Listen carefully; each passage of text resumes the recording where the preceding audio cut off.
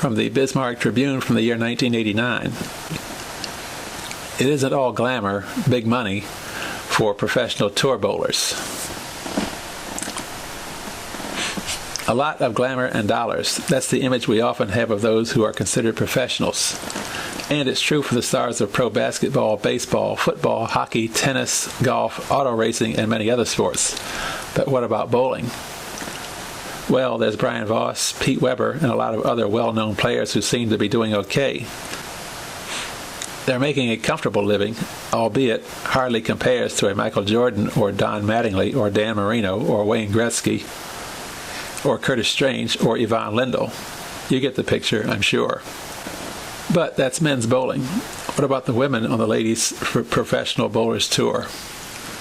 There's not enough money out there to make a living at it, said Kathy McNaughton of Aqua Dulce, California. You have to bowl because you love the sport. I get up in the morning and I still have butterflies. I love it. And how many people can say that they love to go to their job every day? McNaughton, who is competing in this week's Queen's Tournament, which had a field of 400 vying for berths in the 64-woman match play competition that starts this morning, isn't your typical pro bowler. She started in the sport at the age of 21. I never even picked up a ball before that, said McNaughton, now 37 and only in her fourth year on the LPBT. I threw a backup ball for 4 years, and then I got some coaching from Virginia Norton, she added, referring to the WIBC Hall of Famer.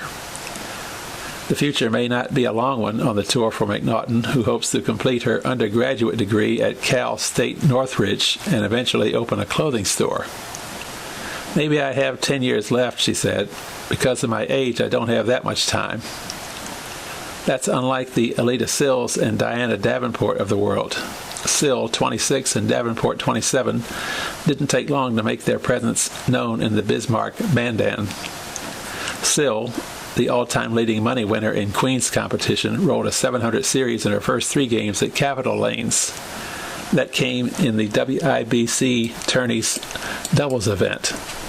Davenport, who last month won her first LPBT title, competed on the Robbies of Glendale, California team that rolled a 3,000 series and took over the top spot in the Open division. Teams are allowed a maximum of 2 pros. We can expect to see Sill and Davenport for a long time, although the latter has a hectic lifestyle. It depends on life back home, said Davenport, who is married and is in her 3rd year on the LPBT. I kind of juggle a career. I think I'll bowl as long as everything in my life is in balance, which it is right now. Everything seems to be working out. It wasn't on the first delivery in her title-winning match against Jeannie Maiden last month at Fort Pierce, Florida, when Davenport threw the ball into the channel. I just got really fast with my feet, she said, smiling, but I got the spare, and that built my confidence. Davenport connected for 4 strikes in a row to finish out her victory over the top-seeded Maiden. Davenport needed to throw 2 strikes in the 10th frame to earn the first prize of $7,000. Neither were in top form as Davenport won 176 to 169. Better bowling is expected this week, what with Robin Romeo, Sill, and many other hot bowlers in town. Yet it's hard to pick a favorite in this format that called for only 8 qualifying games, 4 Saturday and 4 Sunday, before the double elimination match play that will cut the field to 5 for the finals Wednesday. I've just bowled well in this tournament, said Sill, who has earned $62,910 in 9 previous events. If you can just stay clean, you can get into the top 16, but it's hard to get through the qualifying. I would much rather bowl the format we do on tour.